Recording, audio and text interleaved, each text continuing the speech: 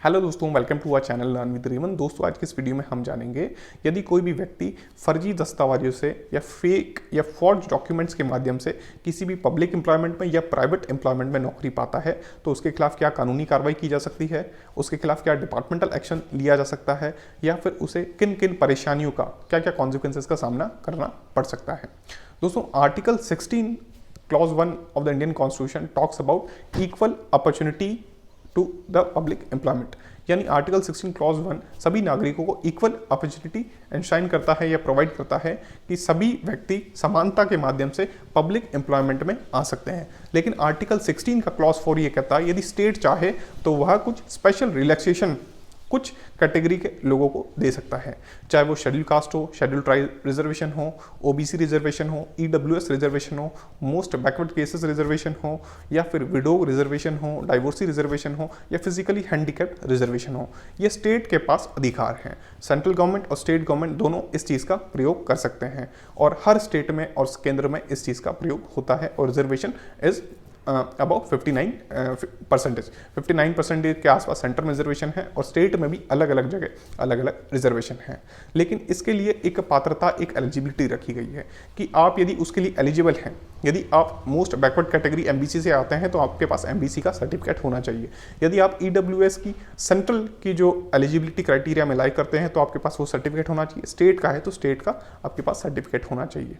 यदि आप physically handicapped हैं, मेडिकल बोर्ड जो गवर्नमेंट द्वारा मान्य है उसने यदि आपको फिजिकली हैंडीकैप्ड करार कर रखा है, वॉट एवर इट इज 20%, 30%, 50%, 100%, तो आप इसके लिए एलिजिबल होंगे। लेकिन हमने पिछले काफ़ी टाइम से देखा है कि ईडब्ल्यूएस के अंदर, ओबीसी नॉन क्रीमी के अंदर और साथ ही साथ पीएच के सर्टिफिकेट्स में और कुछ केसेस में एससी के सर्टिफिकेट में भी बहुत बड़ा फर्जीवाड़ा हुआ है। अब हम जानेंगे जो इस फर्जीवाड़े के माध्यम से, फेक डॉक्यूमेंट से, फॉर्ज डॉक्यूमेंट से जिन्होंने पब्लिक एम्प्लॉयमेंट में या प्राइवेट एम्प्लॉयमेंट में नौकरी प्राप्त की है तो उन पर क्या एक्शन होगा। सबसे पहले ये आईपीसी के सेक्शन 418, आईपीसी का सेक्शन 465, आईपीसी का सेक्शन 468 में एक ऑफेंस है और भारत द्वारा सरकार द्वारा आपके खिलाफ एक्शन लिया जा सकता है और इसमें आपको 7 साल तक की अधिकतम सजा व जुर्माना से दंडित किया जा सकता है। इसके अलावा जो मेन थिंग है वो है कि डिपार्टमेंटल एक्शन आप पे लिया जा सकता है। डिपार्टमेंट एक्शन में Vijay Kumar Singh versus state of UP का जजमेंट है। यदि कोई कर्मचारी फर्जीवाड़े से कोई नौकरी प्राप्त करता है, फर्जी डॉक्यूमेंट से, फर्जी दस्तावेज से कोई डॉक्यूमेंट प्राप्त करता है तो उससे फुल रिकवरी ऑफ पे हो सकती है।